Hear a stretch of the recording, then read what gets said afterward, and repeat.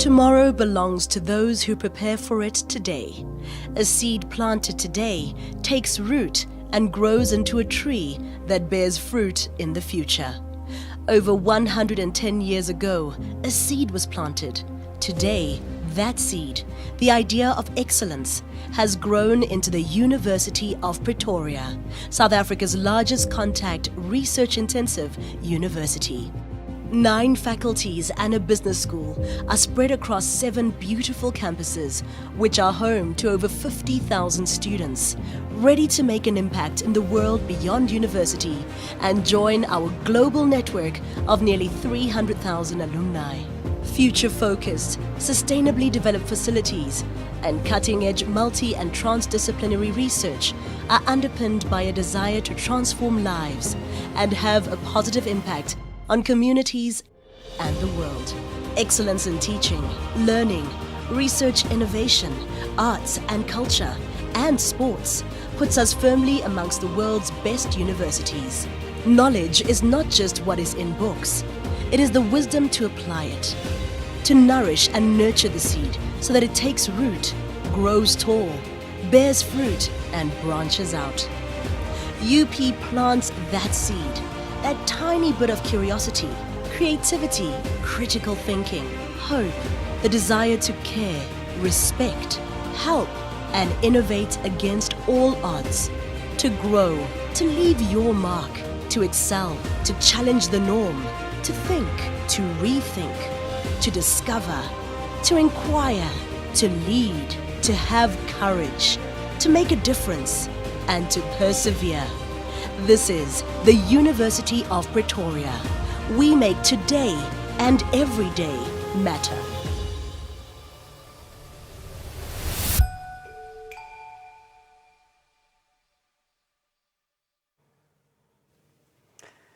Good evening, ladies and gentlemen.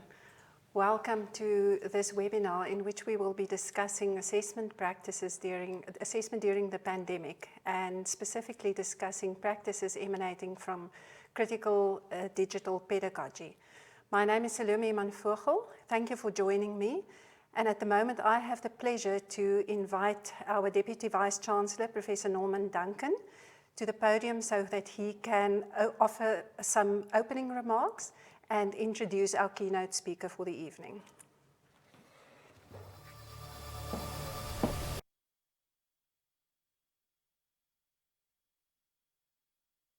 Ladies and gentlemen, colleagues, firstly allow me to thank Professor Salomé Human-Vogel and all our Deputy Deans Teaching and Learning for having organized this webinar. It has been quite a while now that we have been discussing the importance of setting aside some time to discuss the critical issue of assessment in the higher education sector. Ladies and gentlemen, colleagues, on the 15th of March of this year, after the positive identification of several cases of COVID-19 infections in South Africa, the South African government declared a national state of disaster and announced the implementation of various preventive interventions, such as travel restrictions and the closure of schools throughout the country. The University of Pretoria closed on that day as well, as indeed did most other South African universities. Then on the 23rd of March, the government announced that a national lockdown would be implemented as from the 26th of March, so as to contain the spread of the virus. Of course, our academics' responses to the pandemic and the effects of the national lockdown were varied.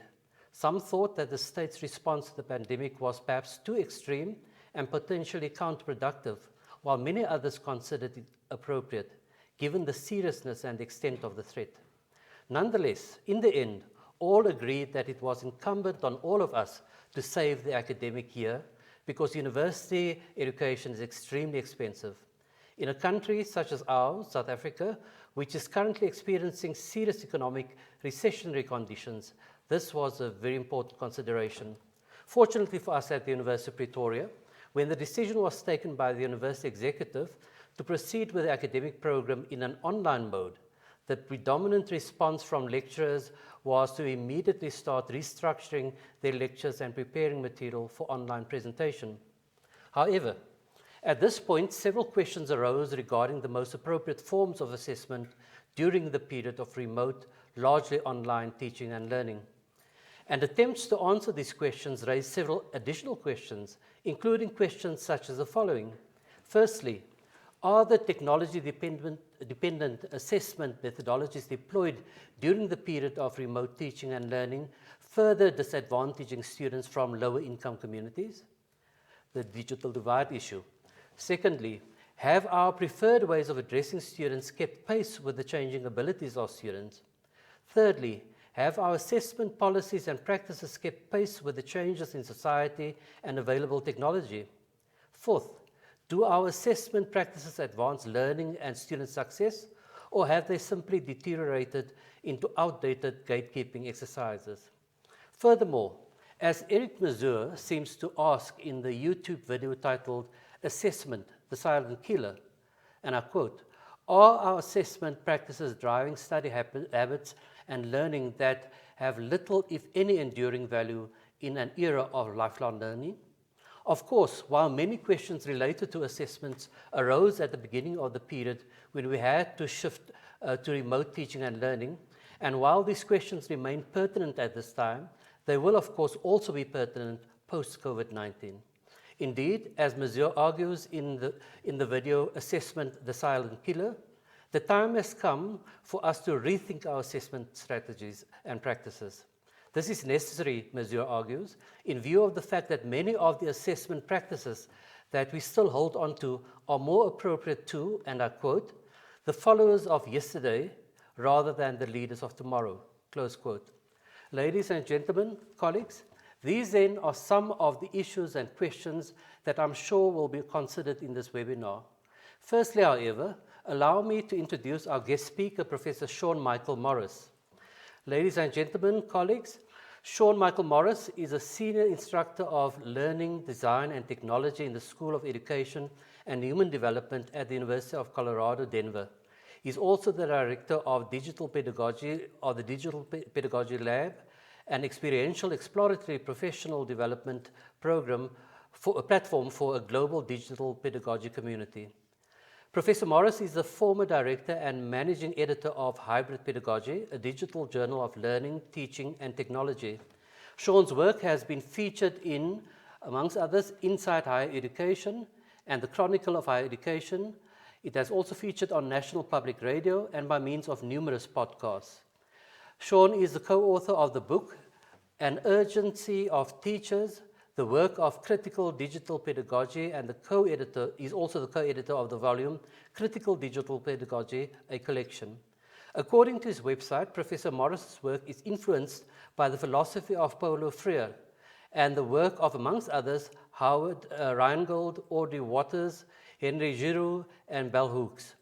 According to this website as well, Sean, in his own words, is, and I quote, committed to engaging audiences in the critical inspection of digital technologies and to turning a social justice lens upon education. Over to you, Professor Morris, and thank you for having agreed to do this input for us.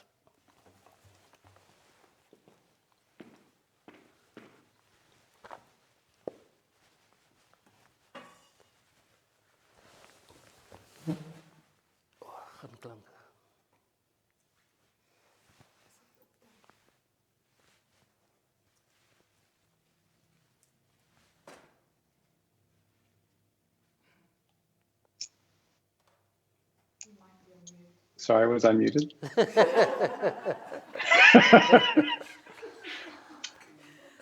Yes, I am a digital expert.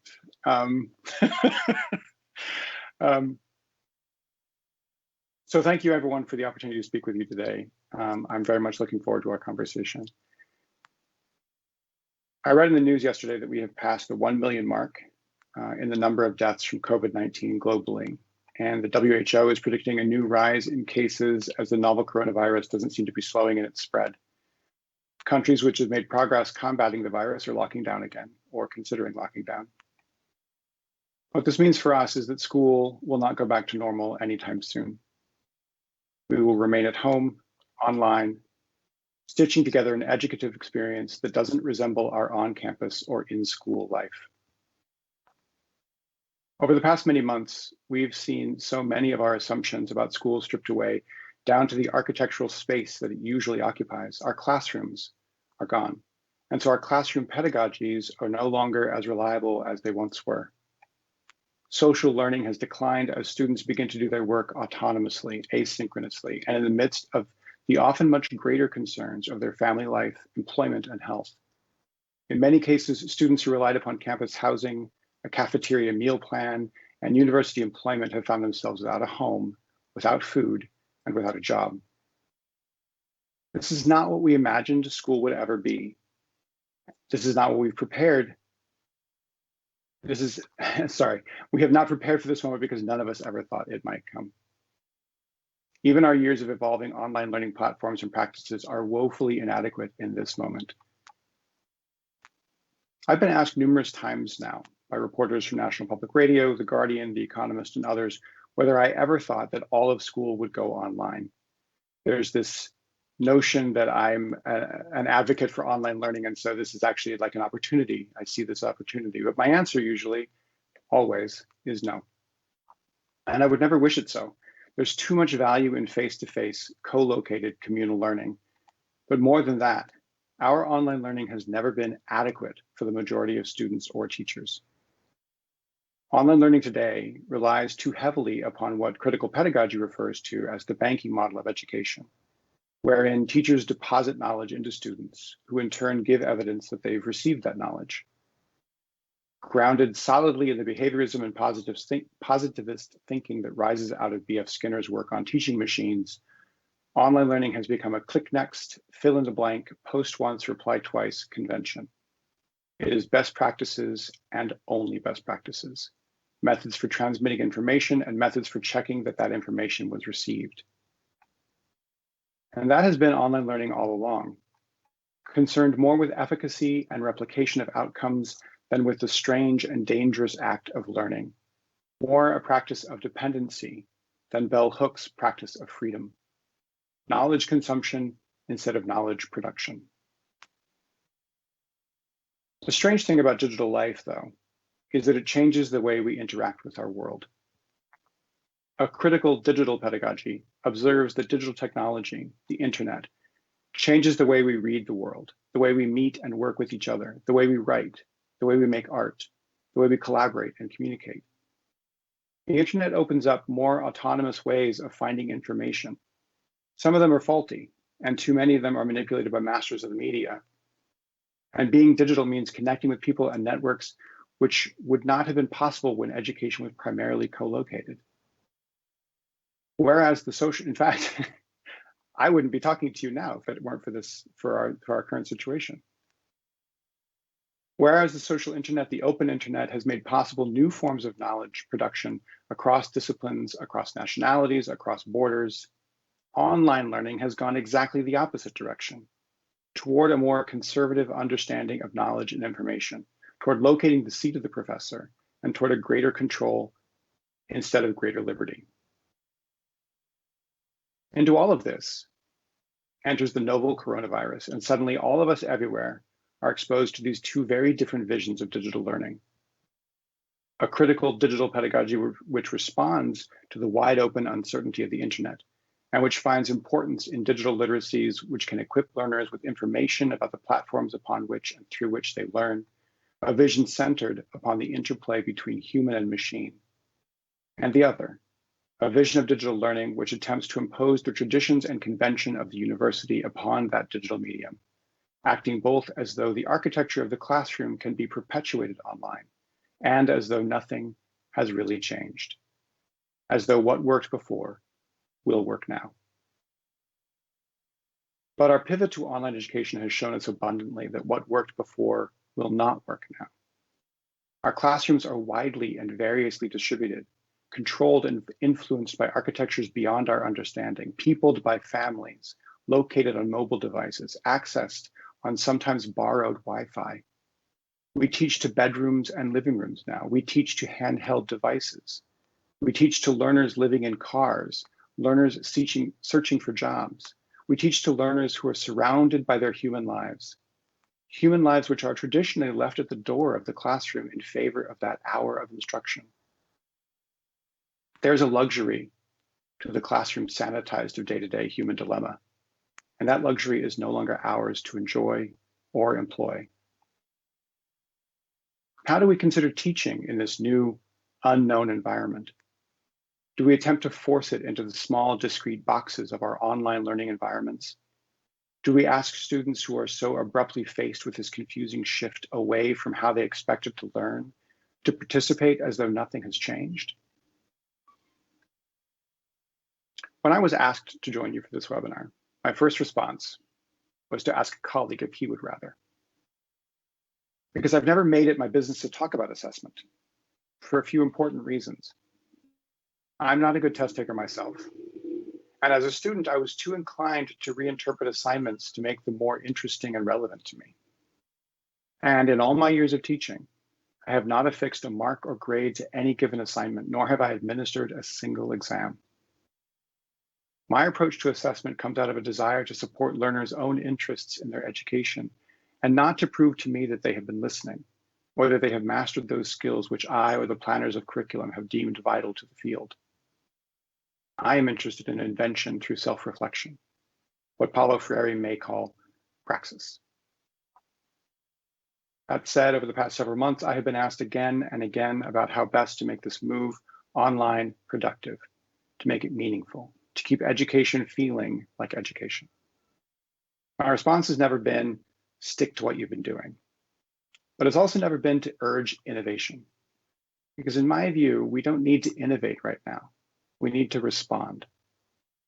And so I hope that we will consider ways that assessment, our ideas of what it is, as much as our assumptions about why it's necessary, can respond to COVID-19, to the fear and uncertainty we're all facing, to students who may be finding themselves food insecure, housing insecure, and learning insecure, and to the human relationships upon which learning is most grounded.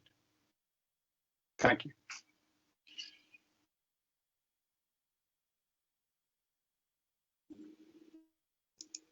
Sean, and thank you for those very thoughtful remarks, opening remarks that you've offered. I'm sure that viewers have been able to read your keynote address that was published before the webinar today, and I would like to now take the opportunity to introduce our panel to us who will be joining us in this discussion. To my left here, I would like to introduce Professor Alta van Merwe, who is the Deputy Dean in the Faculty of Engineering, Built Environment and Information Technology. Professor Sandy Africa is the Deputy Dean in the Faculty of Humanities. And Professor Paulette Bloomer is the Deputy Dean in the Faculty of Natural and Agricultural Sciences. And last member of our panel is Dr Surette van Staden, who is the Director in the Center of Evaluation and Assessment in the Faculty of Education. I would like to maybe start off this discussion with a question to the panel. And the very first question that I would like to direct to Professor van der Merwe. Given the thoughts that have been expressed by you, Sean, and given the thoughts in the keynote address that have been published, Alta, one of the points that Sean makes in his keynote address is the widely held notion that we have to challenge, I suppose, in terms of whether integrity is central to good assessment. How can we think about the role of integrity and assessment, particularly in context of alternative assessments and in the context of professionally accredited programs? Is there room for alternatives? Thank you for the question, Salomé. So assessment is integral into everything that we do at the university. And as Prof Norman has said a little bit earlier, it's time for us to think about it and what we have been done up to date and how we can change this to still have it as a valid way, but think of new ways. So just to reflect a little bit what the University of Pretoria has done, we are very privileged to have the ClickUp environment where we do our assessment. So some lecturers just use that as a tool to evaluate. Some lecturers use different methods. Some use the PDF way of making PDFs available beforehand with a password on it. And then we had very innovative lecturers that even went and had different types of exam papers for each student, or assessment ways of assessing the students.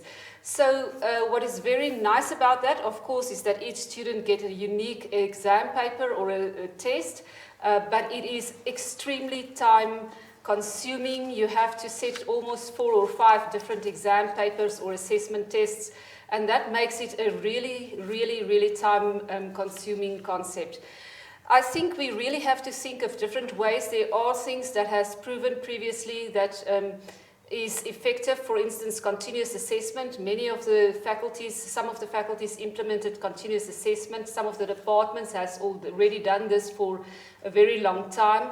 For instance, if we think just in EBIT, in our final year, the students do some projects, and that is based on a continuous assessment model. Where you have a portfolio is also an idea that you can implement. So yes, there are new ways.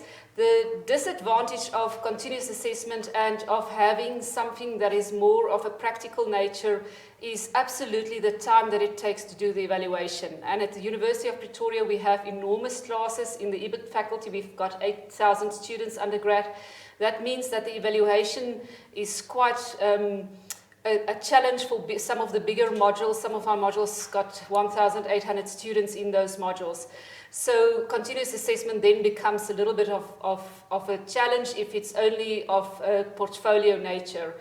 So we have to think about that and make it available and think how we will implement it. With regards to your question on the accreditation, I think there's nothing unique that has happened at the University of Pretoria that has not been experienced by all different countries. If we think about Harvard, MIT, we have spoken to some of these universities. So yes, the accreditation of our programs are still very high on the forefront, and we had conversation with a lot of them. Thank you. Thank you, Alta. And I suppose central to many of those considerations when one starts thinking about alternative assessments is constantly the quality of our programs and how to maintain integrity. And Sean, I'm wondering if I can ask you, you mentioned in your keynote that I think your words were the dogged necessariness of grading and grades. From a Freirean perspective, could you share with us some thoughts in terms of what you would consider to be a more humane response to education that would reflect best practice, but also be more discerning and a more humane way of responding? Sure. I think that, so I can talk about a little bit my practice, which is based in critical pedagogy and Freire's philosophies. And my practice is generally centered around students self-reflecting on their own work and trying to invest in their own education in that way. So in, for example, a class of 1,800, which is just mind-blowing, students would be responsible for thinking about their own work and the level of their own participation and the level of their own success and achievement in that class. They would then complete a self-reflection that would then go to the instructor, and this would become a kind of dialogue about grades, about the mark that they were going to receive at the end, about their final assessment. What happens in that situation is that students are given some authority over their own education, and they're given some authority over their own sense of mastery or sense of achievement in the class. This can be measured up against a rubric. This can be used against sort of the standards in the class, or it can be something that is in a much smaller class than 1,800.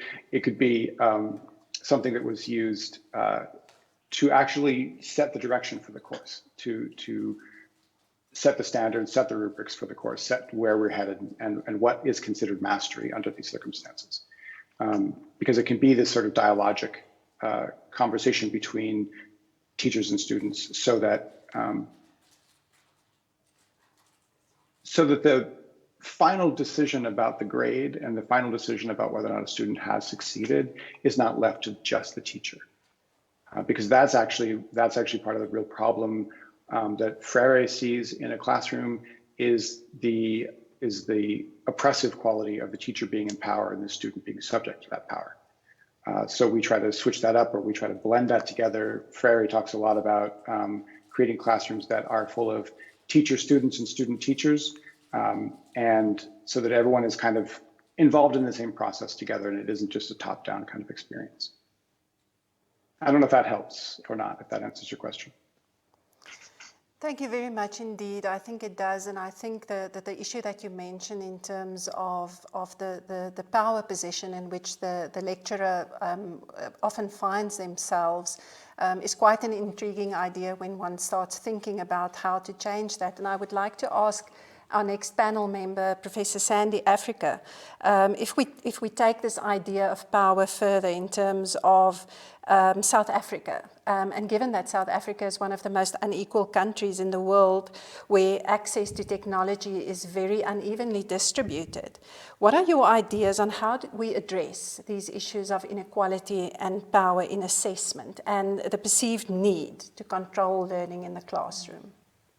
Thanks, Salomé. I think that's a very important question. And I think it's not only technology which is unevenly distributed, but all manner of resources, from incomes to social goods such as transport, access to food, and a whole range of factors which go into the learning process, which are so important for students to be able to achieve and succeed in a manner which I think we would all like to see them succeeding and achieving in the university. But beyond that, I think that there's an element which we often ignore, and that is the psychological well-being with which students enter the university. Very often it's an alien space, it's a foreign space, it's a space that they encounter as being quite hostile to them. And in a context where we also have a historical legacy of baggage, where we are still trying to make these spaces more equal than they had been in the past. And with students, we saw this in the context of the Fees Must Fall movement, really are in these formative years going through so many mixed emotions, one to push back against the system as young people generally do, but particularly in the South African context where their relative disadvantage is so starkly presented to them when they come into spaces where they see that, you know, they are at different levels of advantage in relation to their peers. There is just so much more of a responsibility on all of us to redress and address this inherent societal inequality that they are faced with, because that spills over to the classroom, often with the kind of assumptions that we as the staff, and I think that Sean has also articulated it when he speaks about the need for us to move to a stage where teachers are learners and learners are teachers as well. You know, that kind of social revisiting of the paradigm, I think we need to do so much more of. So our universities are in fact a microcosm of our society, and I think the point I want to stress is that in assessment, which in any case we need to challenge the assumptions behind assessment, are spaces that just don't lend themselves to fair and equitable assessment. I think that Prof. Alta has really spoken about how we've tried to redress this, but there are a number of things I think that we can do to at least try to push the boundaries a little further. One is in what we teach, the content relevance, the content, I suppose, the accessibility of content, in any case, from the beginning of the learning process.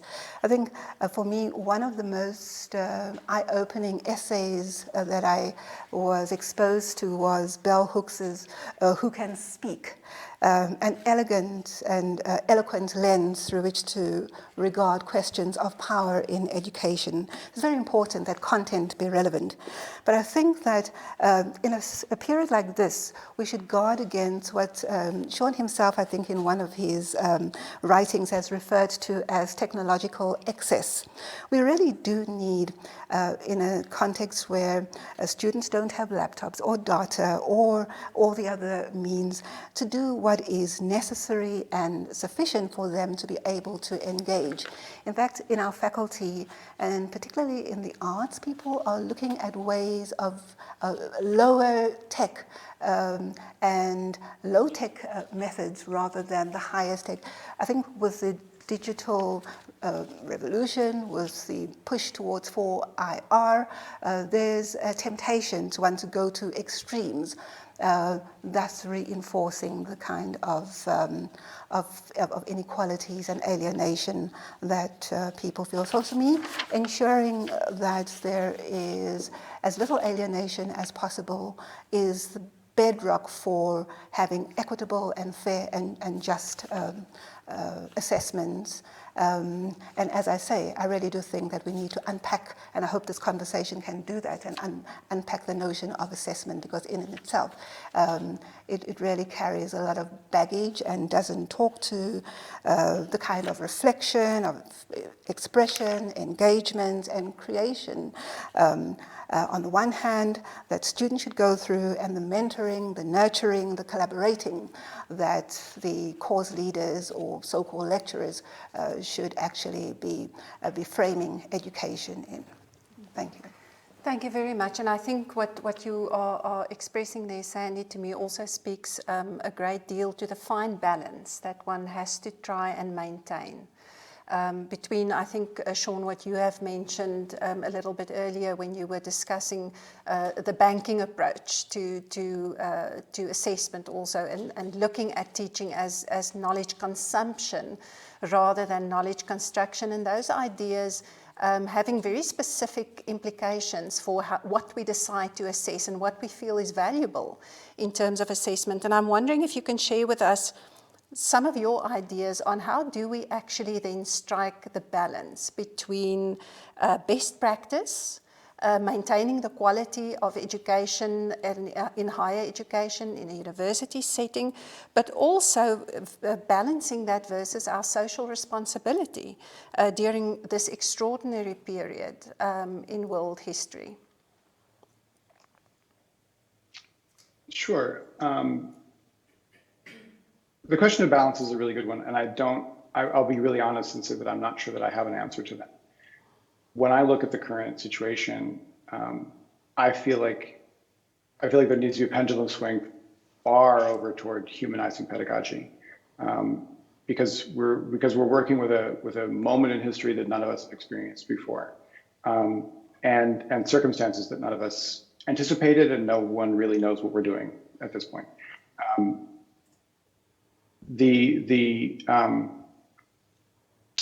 point that Dr. Africa makes about alienation, I think, is incredibly important to this conversation, and I kind of want to focus in on that just a little bit in terms of thinking about this idea of balance, because if we are concerned with maintaining the sorts of assessment and the sorts of practices and the policies that have run the university all along, but that even in an on-ground situation, on-campus situation, have alienated people, can we even imagine taking those practices and maintaining them when we go into this online experience where people are even more alienated? People who haven't experienced alienation are now alienated.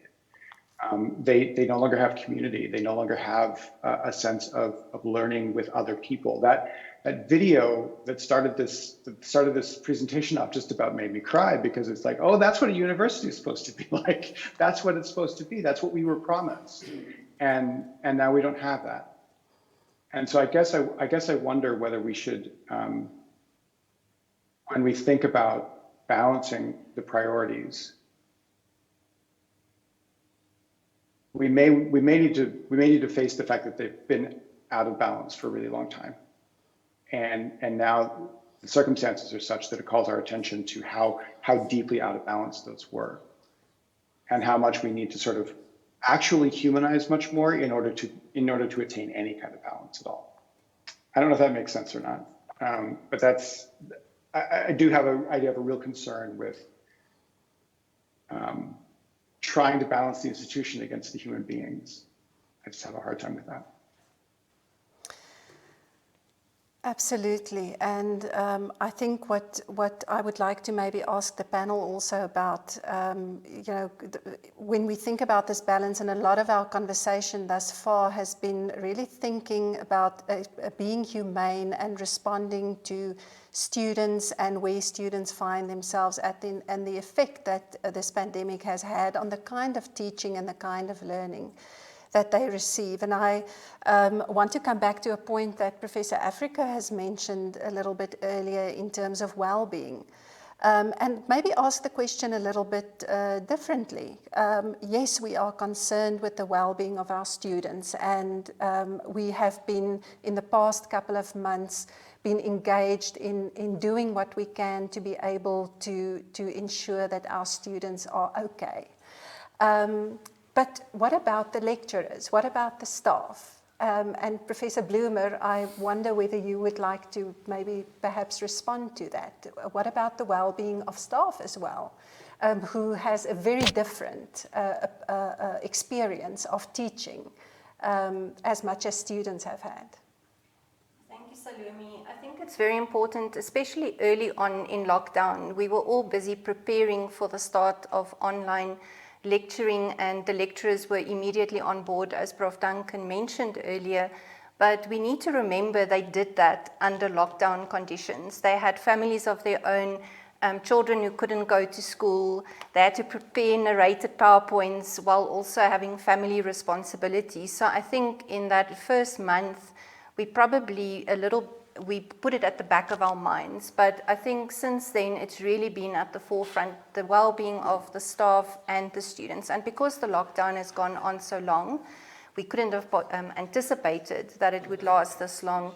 It is really important that we focus on that, and I think that is where we have the advantage at the university, whereas as academics we are responsible for the academic success of the students. We do want to see them as people.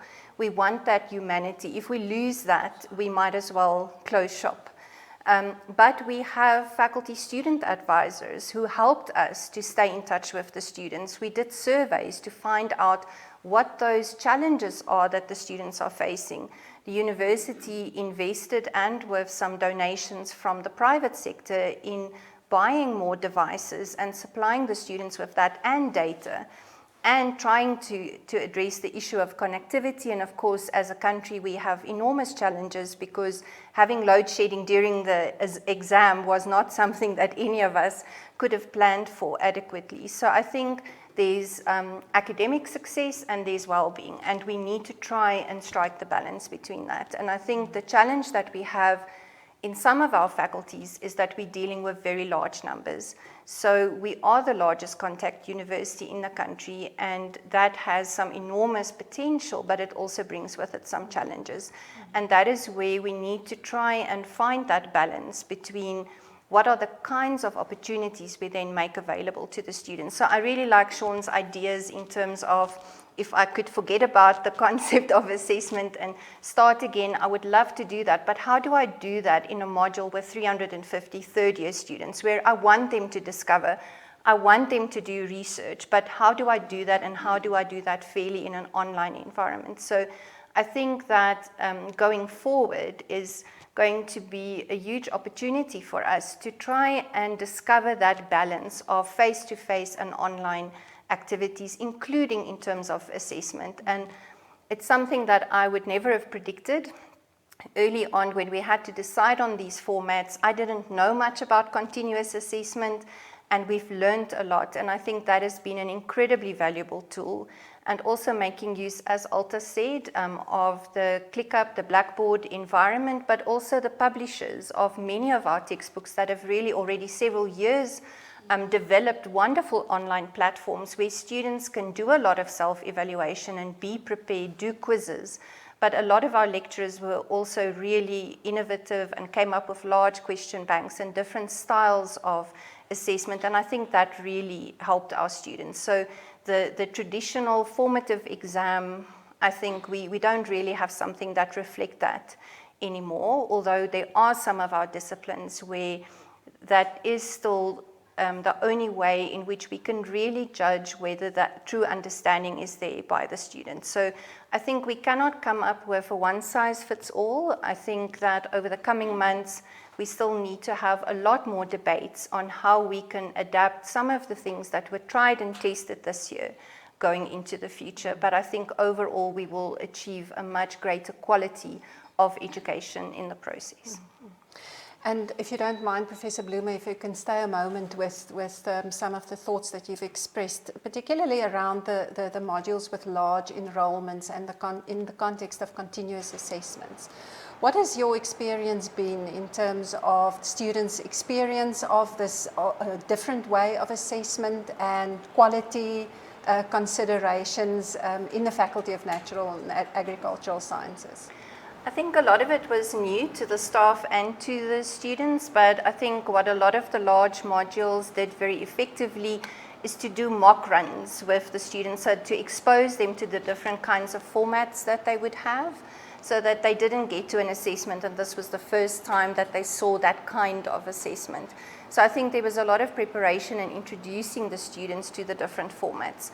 Having more than 1,500 students in a module will always remain challenging, and I think there some of the smaller assessments in smaller tutorial groups were very effective to prepare the students for the larger, more high-stakes assessments that they had. ClickUp is a bit limiting in terms of some of the styles of questions that one can ask. I tried to fit a very difficult column B to column A, and it completely bombed out on me in my test, and I had to change that assessment. So we have to be careful in terms of how we ask the questions, but I think also the take-home exam and different kinds of assessment, asking applied questions, I think we've really improved the quality. I think our multiple choice questions have become incredibly valid and valuable in terms of what the quality that we were able to achieve. So it took a lot of effort, as Alta said, and it's not only setting the assessment, it's also the grading afterwards. So it would be wonderful if we can do things like portfolios and larger kinds of research reports, especially at the more senior levels, but then the grading does become very challenging, and that is again where we need to think about the quality for the student, but also the kind of pressure that we put the staff under. Okay. Thank you very much. Dr. Surette van Staden, we're talking a lot about best practices, and I'm wondering if you can reflect for us, and Sean also mentioned this in his keynote, whether you can reflect on the statement that our approach cannot be wrapped up only in best practices.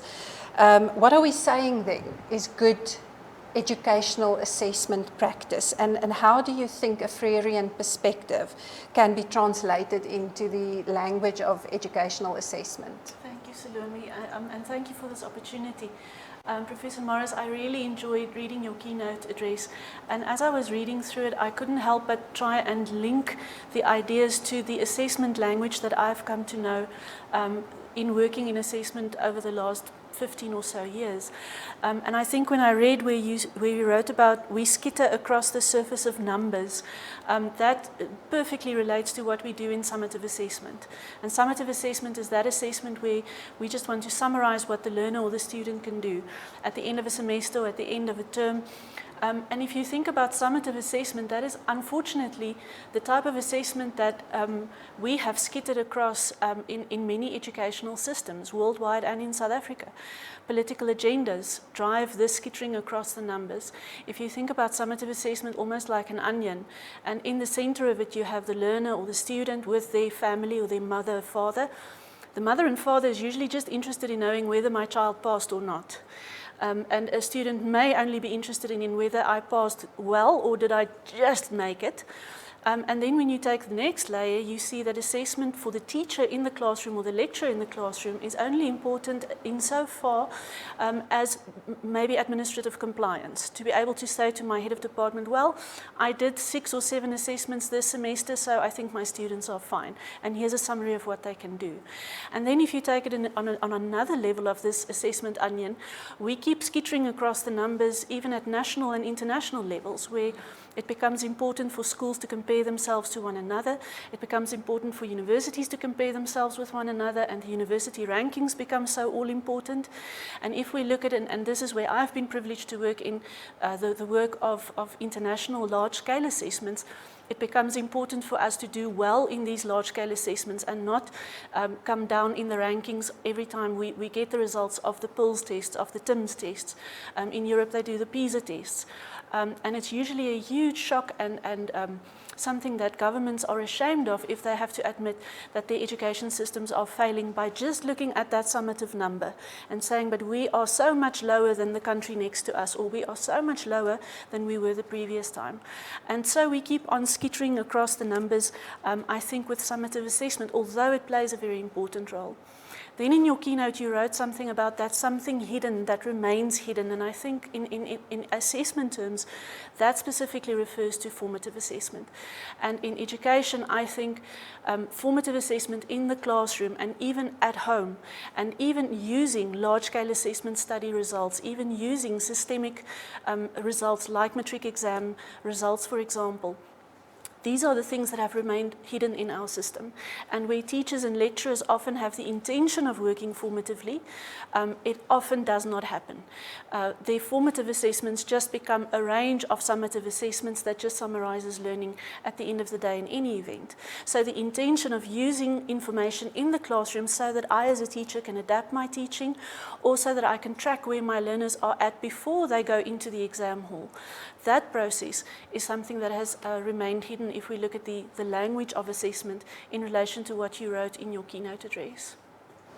And so maybe what we have to consider is in looking at or bringing out that which is hidden and looking at formative and alternative assessments, that could be part of the answer in terms of this balance between the humane Absolutely. and the necessary aspects of summative assessments. Absolutely. And so, Sean, the question that I want to ask you, given what Dr. Surette has said, is what do we do with the need for universities to monitor student success, to mind rankings, to be able to have an indication of the quality of the university, but at the same time address some of the important issues that you've raised up to now, that it needs to be more. Any ideas on that?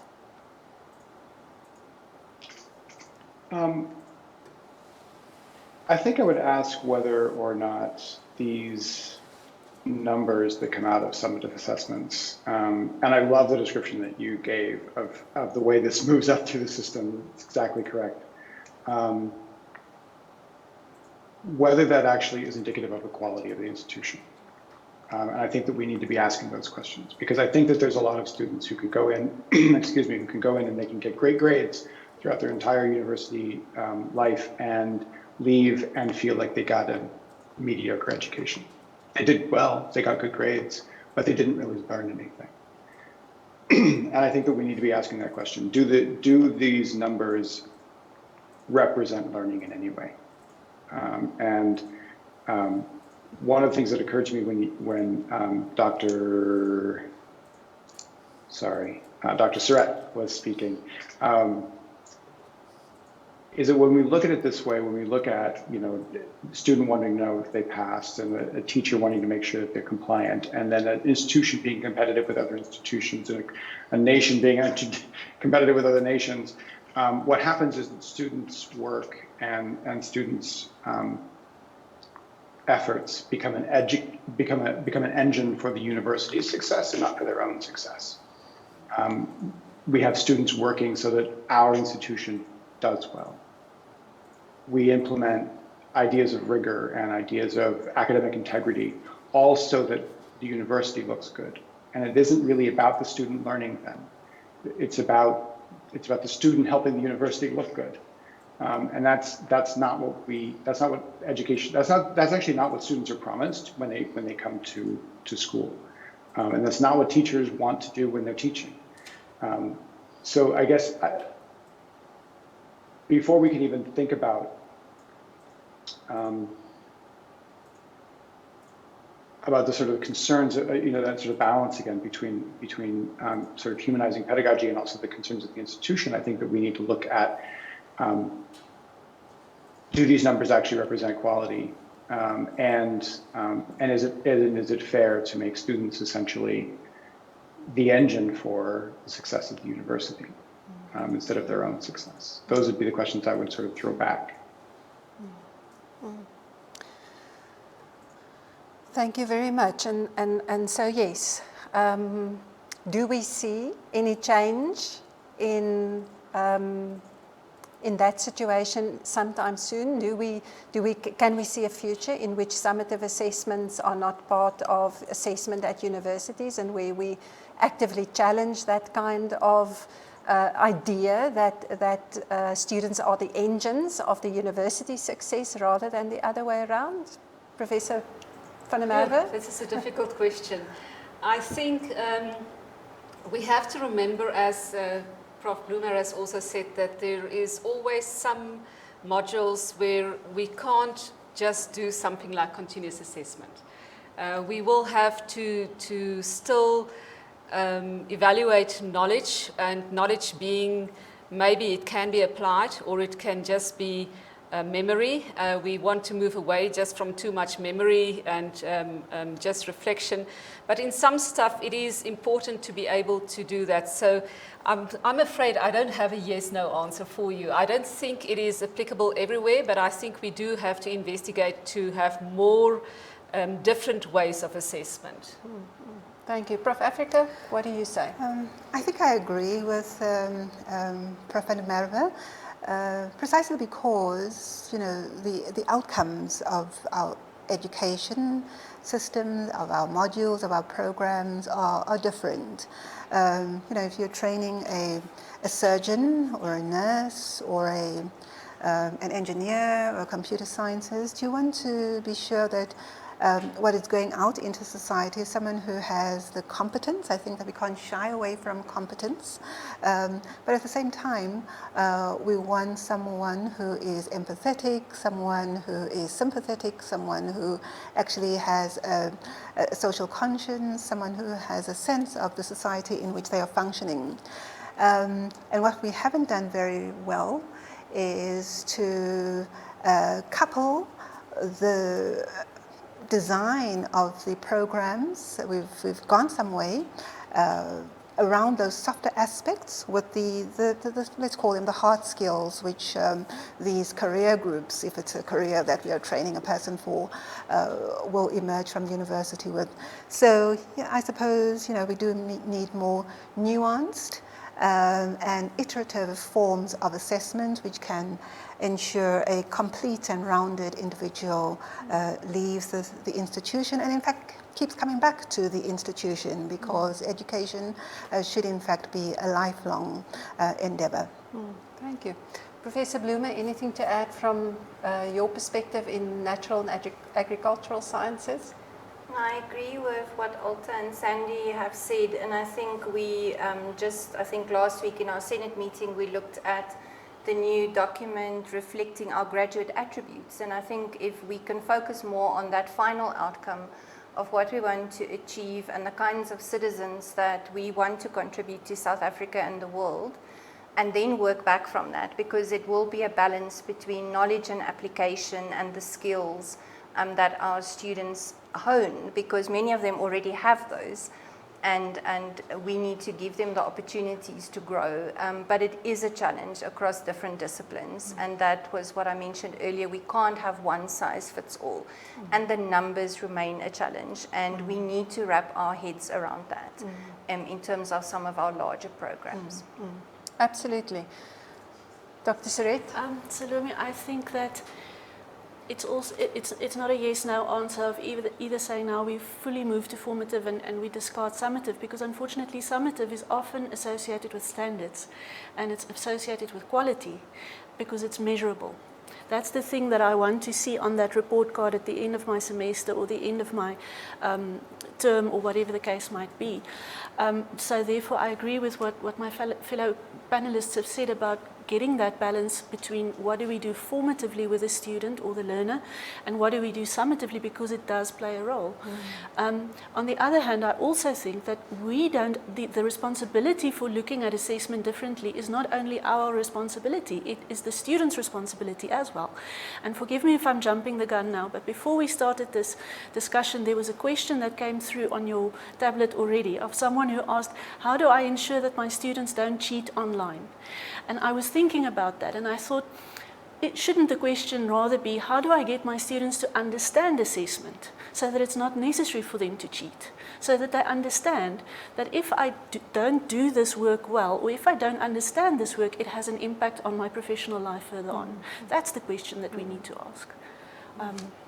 And I suppose following on from that question and also relating to Professor Bloomer's comment that she made in terms of graduate attributes and the kinds of skills we want our graduates to develop. I suppose the larger question here, Sean, would probably be, to what extent do our assessments allow students to demonstrate the kinds of attributes that we want them to develop? So for the question, for example, how do we stop students from cheating online? How does that translate to the real environment? In a real world, is collaboration not a valued skill in terms of what we would like our graduates to develop? And so the question becomes, to what extent, I suppose, assessment mirrors the kind of society that we want our graduates to be prepared for. So speaking about the questions that we have from the audience, I would like to maybe go over to some questions that our viewers are asking Sean, and I would like to ask your thoughts on the following question from Reshma Subai. She asks, how do we adapt the policies governing assessment to reflect a more fair assessment of student performance in the current context of inequitable access to technology used in remote learning? In short, how do we move on from a ritualized application of assessment policies and practices to ensure that assessments are fair and transparent? And I'm very sure in your context, Sean, a lot of consideration has also been to what extent the assessment in a highly technological environment is really truly fair to all students, given that their access to technology is uneven.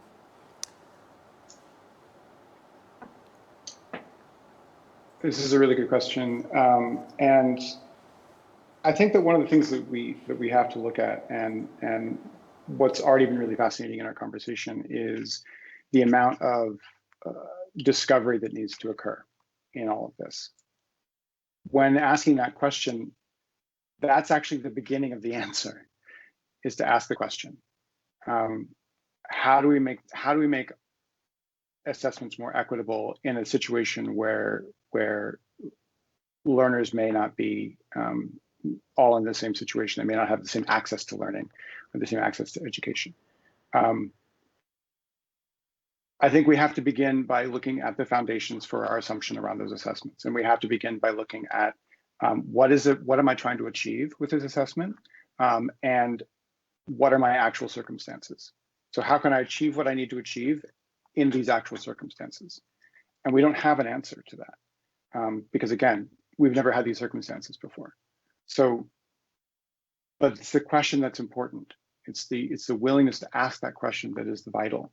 And what we need to be doing right now is having dialogue about all of this stuff, like we are today, but also just ongoingly. And teachers need to be having this dialogue with students, and they need to be having it with each other and with administrators. And we need to be willing to be imaginative. One of the things that critical pedagogy really talks about is this idea of reading the world and having this sort of relationship to reality where you can look at it and say, this is what's really going on. And I have agency to intervene and to make a change in this. But that needs to be informed by what I understand about what's really happening. What it takes to intervene then is imagination. It takes creativity. It takes a willingness to think about new options, to think about new ways of thinking about things. And so when we talk about assessment and we talk about, I mean, even the idea of dividing between formative and summative assessment may no longer be applicable. And so we really need to be thinking about things in new ways and be looking at the very foundations, the very groundwork that we have laid to say, this is what this is, and this is what's important. And asking, is it really important? What's important? What is it trying to accomplish? And then how can I accomplish that in the current environment? So I don't have an answer, I just have more questions, but that is a process that we need to go through.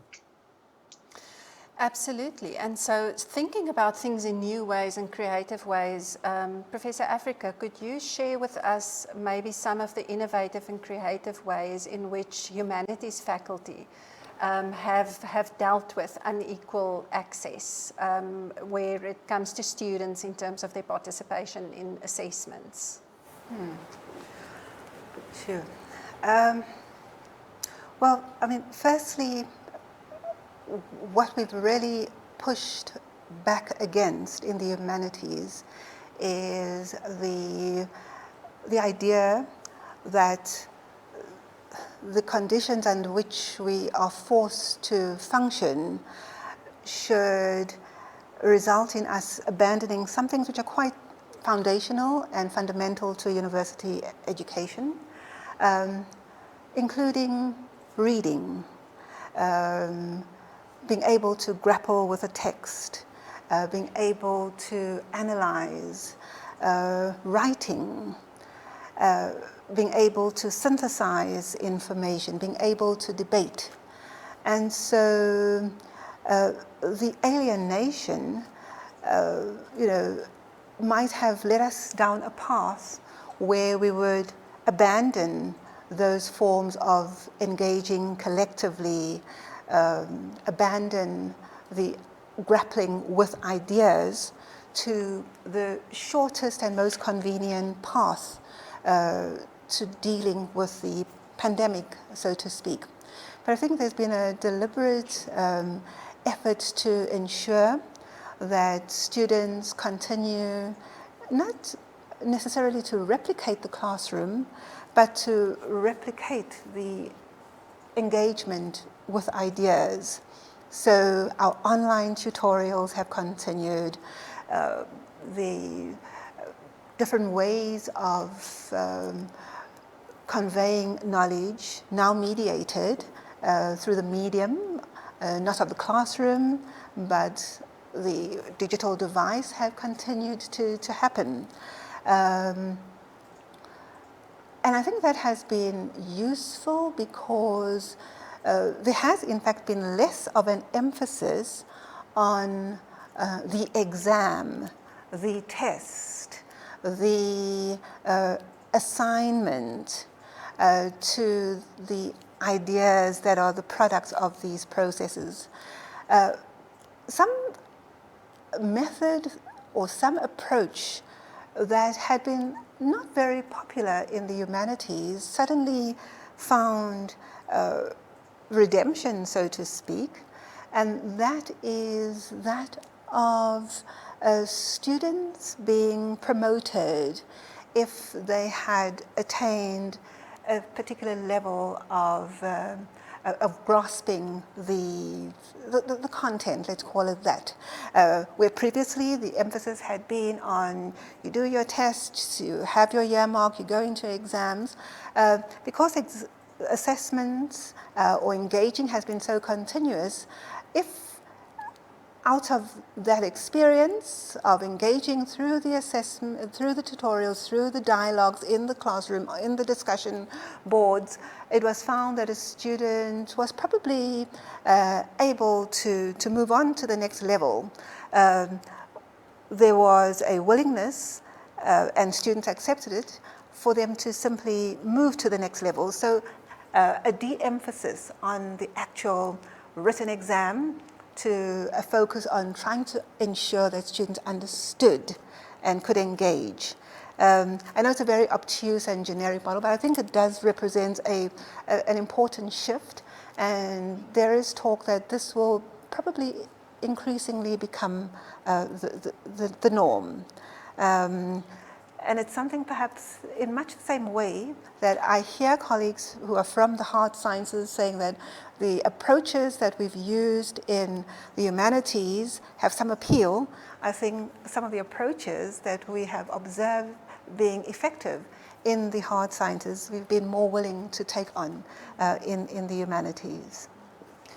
Absolutely, thank you very much. I see there's another question from the audience, and maybe coming back a little bit to some of the thoughts that you've shared, Surette.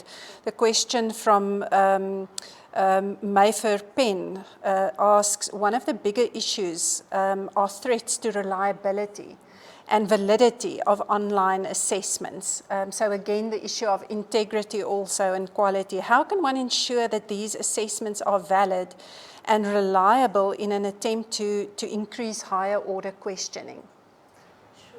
That's like asking for an answer to end world poverty, but let's try. I think, so if you talk about reliability and validity, those are measurement issues. And I would assume that the question comes from a summative perspective to say, how do I ensure that my written exams are reliable and valid? There are ways of doing these exercises statistically, but I think the best way of, and we as lecturers don't often have the time to do this physically, go through the statistical exercise every time after every exam. But I think there are two things that need to be in place to ensure at least some sense of validity and reliability. And the one is that you have a very clear assessment framework in mind when you set up your exam. So not just asking a question for the sake of asking the question because you think it would be a nice question, but that there's a very clear link from the question back to the outcome or the content that you want to measure, or that you want to have evidence of what this student can do. The second thing I think is if you want to look at change over time as a measure of reliability or consistency, is to not change your measure radically. There's a very nice saying in international large-scale assessment studies that says if you want to measure change, don't change the measure. And that means that maybe from year to year you retain some of your exam questions, keep those confidential as much as you can, and see how students perform from one year to the next. And varying those questions, if you think something like Bloom's taxonomy, so you vary those questions at the lower levels of knowledge and remembering, up to the higher levels of evaluating and critically reflecting. And that might be a way of establishing some sort of consistency in your assessment from year 1 to year 2, or from semester 1 to semester 2.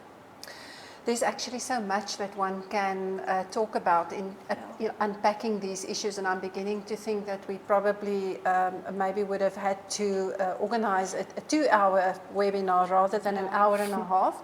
So I'm going to sort of move towards the end of the question and answer session by looking at one of the questions from our viewers, from specifically Nkululeko Fuyane. And Sean, I would appreciate it if you can maybe respond to the question first. And Nkululeko asks, or says rather, we are in the midst of the 21st century, yet we are still talking of online teaching and learning as the new normal. Now that it has become a sectoral topical issue, my question is, how can it be sustained beyond COVID-19? And so the question is, what do we do, given what we've learned this year, specifically in terms of assessment and how the pandemic has changed the way we look at assessment and conceptualize assessment? What do we want to take forward? I love that question. And it's been asked in many, many different ways over the last several months. What do we do when this is over? And I think there's a couple of different responses to that. I think that there's plenty of teachers who are going to say, I never want to do anything online ever again, and I'm going back to the classroom, please leave me alone. And I think there's a lot of folks who will see that there's a lot of, there have been a lot of benefits to this hybrid approach or even a fully online approach. There's been a lot of new learning, and so there's a potential for it continuing in some way. I love the point too that online learning is the new normal, which yes, I mean, I've been working in this industry for 20 years, and it isn't new. At the same time, one of the things that we're recognizing in all of this, and I mentioned this in my opening remarks, is that what we've done for online learning so far has been inadequate. And I am an advocate for online learning, so please don't get me wrong. But I don't think that we've done it right all along. I think we've focused on efficiency, and I think we've focused on just moving people through really quickly. And I don't think that we've really focused on that sort of thing that was just being talked about, the digging into text and the comprehension side and the really sort of getting into things, and that part has been left out of online learning all along. So and now it's being left out broadly because it's everywhere. So I would say, I think that if we're going to move forward, and if online learning is going to continue to be a component of education, one of the benefits to what we're seeing now, one of the things we're learning now, is that we need to make it better. And that's going to come from conversations like this. That's going to come from people questioning the way that it's happening when they're told to teach online, when they have to teach online. It's going to come from teachers who are innovating practices, trying new things. It's going to come from conversations, again, between teachers and students.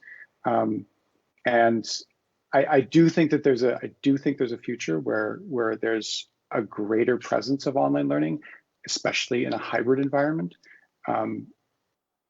But I think it's going to have to look different than what we have now, because more people are seeing the cracks in what we've put out there so far. I don't know if that helps or if that answers the question, but that's, once again, like, no one really knows what's coming. No one really knows what's going to look like on the other side. We are kind of determining that now by the actions that we take and the conversations that we have. Absolutely, and I agree with you. I think it's conversations like this where we start interrogating the practices that we have to try and see what is it, how do we want this to look like going forward into the future. And I want to ask the panel maybe also in terms of last comments and thoughts. Alta, what is your sense in terms of going forward? Where are we going? Where are we headed to? Okay, I think personally that one of the problems with the whole change over to online learning and the way that we have done everything was that we were pushed into it in a very short time.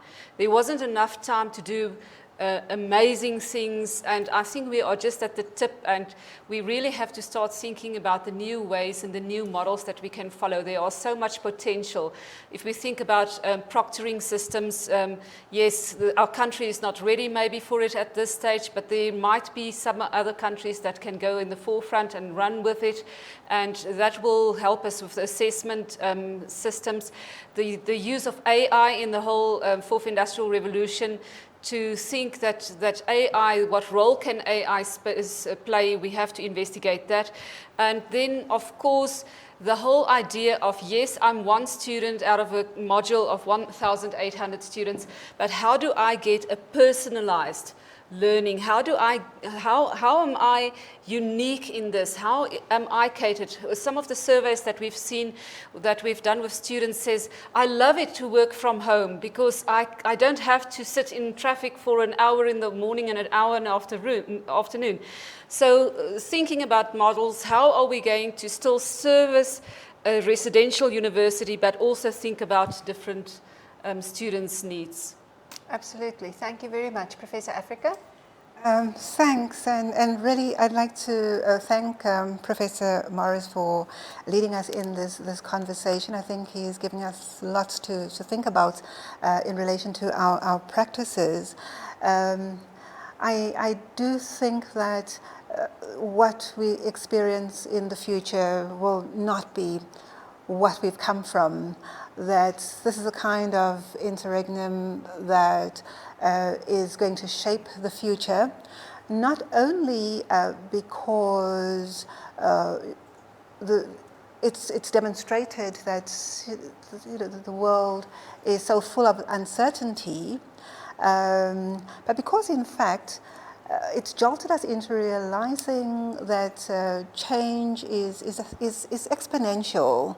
I do think that Our universities need to gear themselves for a future that looks very different, where the careers of yesterday will not be the careers of tomorrow, and therefore the assessments that we do in terms of content, in terms of methods, and in terms of paradigms will have to be very, very different if we're going to have citizens of a future world that are adapted to that future world. So I think it's a very exciting period, and the fact that we are encouraged to think critically about the digital environment, where a lot of us, quite frankly, have been thinking about it very mechanistically, is for me the biggest takeaway of this discussion. In fact, through this whole exercise, I've learned a new concept, that of critical digital pedagogies, and I think that it really ought to shape the way in which we think about how we teach, what we teach, to whom we teach, and how students learn. I think we'll find that they are probably better adapted than we have conceded up to now, but at the same time, in a world which is increasingly not necessarily working to their favor. So we need to equip them with the tools to shape the world, make it more equal, make it more just, and go into a future that both embraces the human element, but also all the potential that science has to offer, including that of the digital experience. Thank you so much. Prof Bloomer, a few concluding remarks from your side?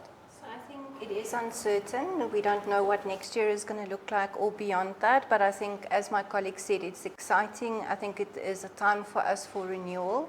And I think Sean mentioned the term in his keynote of iterative reflection and evaluation, both from the lecturer side but also from the student side. And I liked also what you said in terms of the students having to take some of this responsibility. And I think that's also part of the motto of our Fly campaign at the university, is the students taking responsibility for their own learning. So uncertain but excited.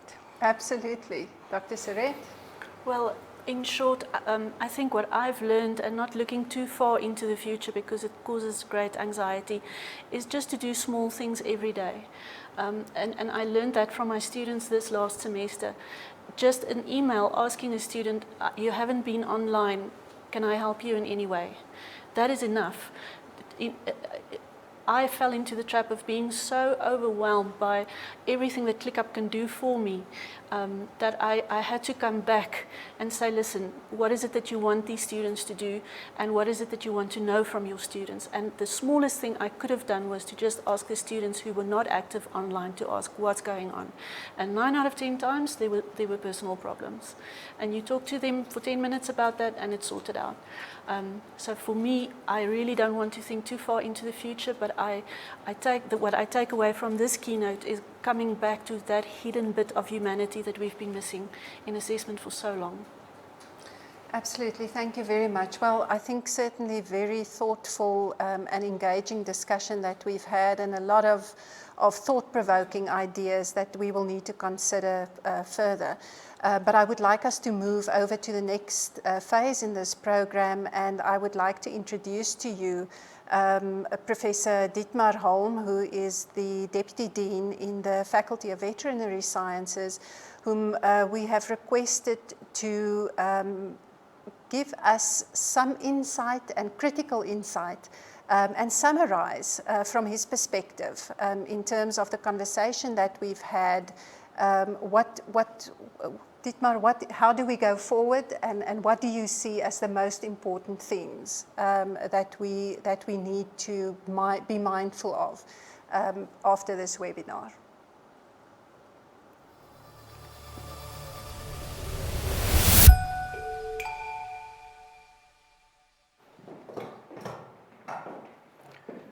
Thank you, Salomé, and thanks to the panelists as well, and to Sean for the wonderful keynote.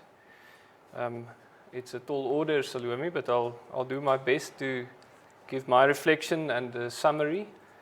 I'll start with a little introduction and then I'll mention 5 points that I think are pertinent that came out of this. First of all, as introduction, I really enjoyed the flipped keynote. I think many of us have enjoyed that as well. At this point, I also want to thank all the participants, wherever you are in cyberspace. Thank you for putting time aside for this important discussion. And I hope you also enjoyed the flipped approach to the keynote. It was certainly a different way, gave more time to think about the issues from the time that it was read some days ago, and some discussion maybe on the way getting here. For me personally, I experienced it as a strong sense of active learning if I put myself in a student's shoes. So I hope it did the same for others. I also enjoyed, as much as one can enjoy, the discussion in the keynote by Sean about his experience of losing a beloved family pet.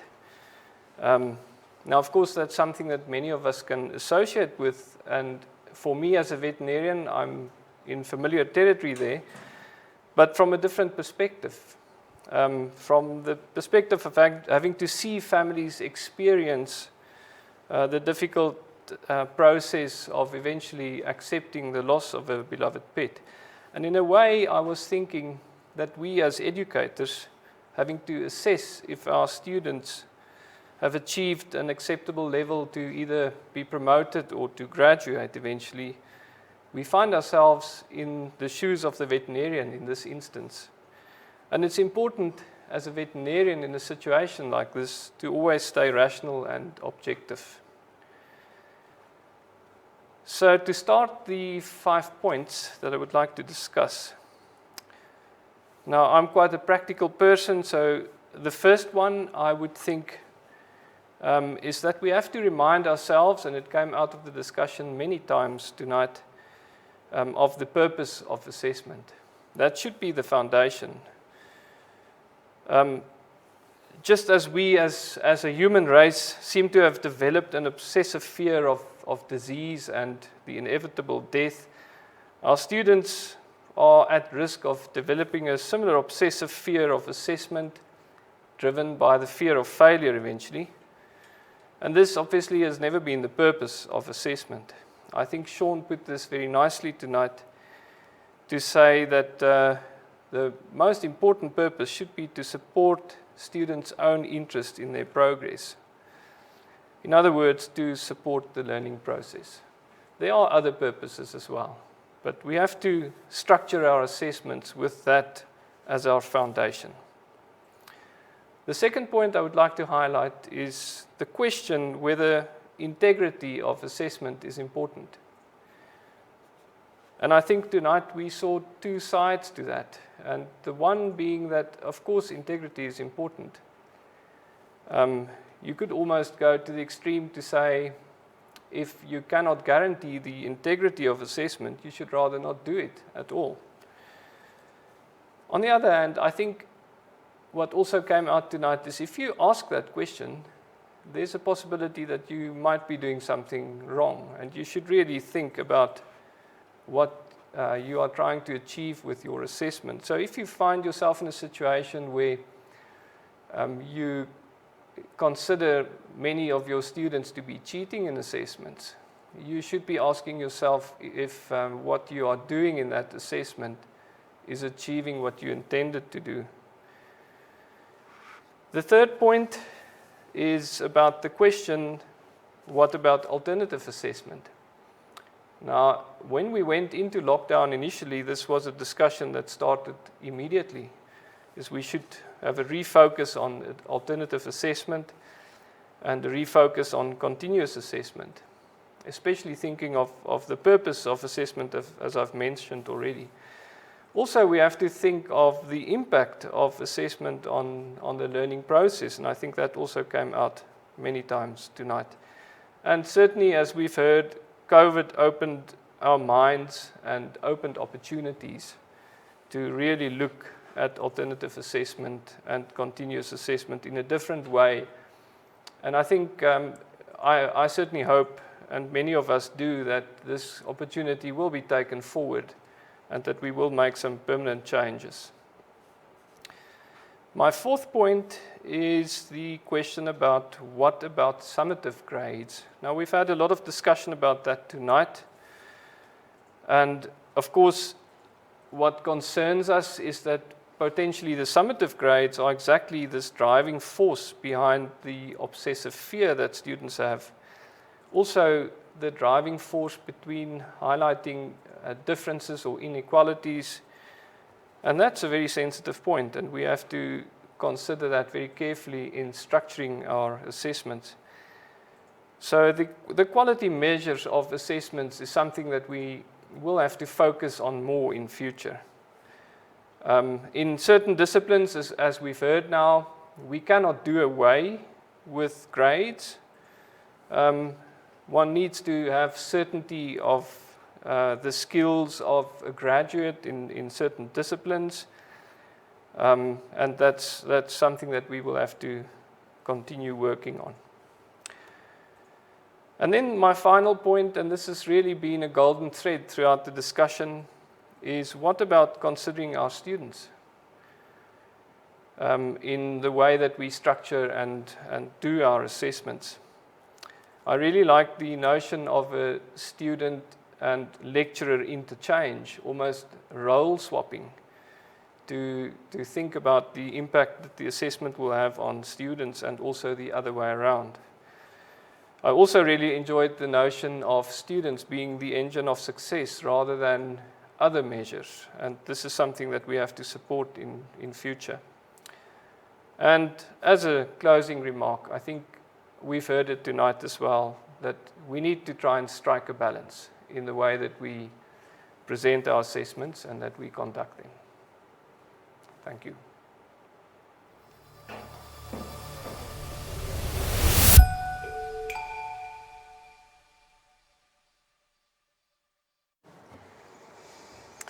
Thank you, Professor Holm, and thank you for a very thoughtful summary and presenting the themes of what we have discussed this evening. And so it is my pleasure now to close the ceremony, but before I do, to close the webinar, but before I do, to just thank a number of people who have participated this evening. First of all, I would like to thank the Deputy Vice-Chancellor of the University of Pretoria, Professor Norman Duncan, for opening the webinar for us and offering some opening remarks. I would also like very much to thank you, Sean, Professor Sean Michael Morris, for participating in this webinar despite profound loss that you have experienced in the past week. We do appreciate the fact that you are here and that you shared your thinking and your thoughts with us very much. To the panel members, Professor Alta van der Merwe, Professor Sandy Africa, Professor Paulette Bloomer, as well as Dr Surette van Staden, thank you very much for I think really wonderful thoughts that will, I suppose, keep us busy and should keep us busy and keep us thinking about assessment and how we want to go forward. Professor Holm, I've thanked you as well for offering the concluding remarks. But I also want to thank the technical team who helped us to host this event successfully. And finally, I would like to thank you, the viewers, for joining us this evening, for the thoughtful questions that you've asked online. I'm very sorry that we could not get to all of them, but I do hope that we will continue thinking about those questions, even if it's offline, and that we continue having those conversations. Thank you very much for joining us this evening.